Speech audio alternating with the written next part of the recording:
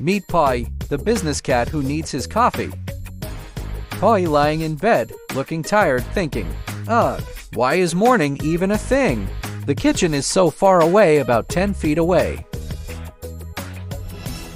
After the first sip, Poi's got his cat tattooed back. Just another day at the office.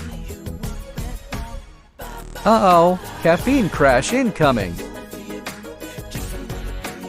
Poi's mission, fine, espresso, now. Caffeinated and ready to conquer the world.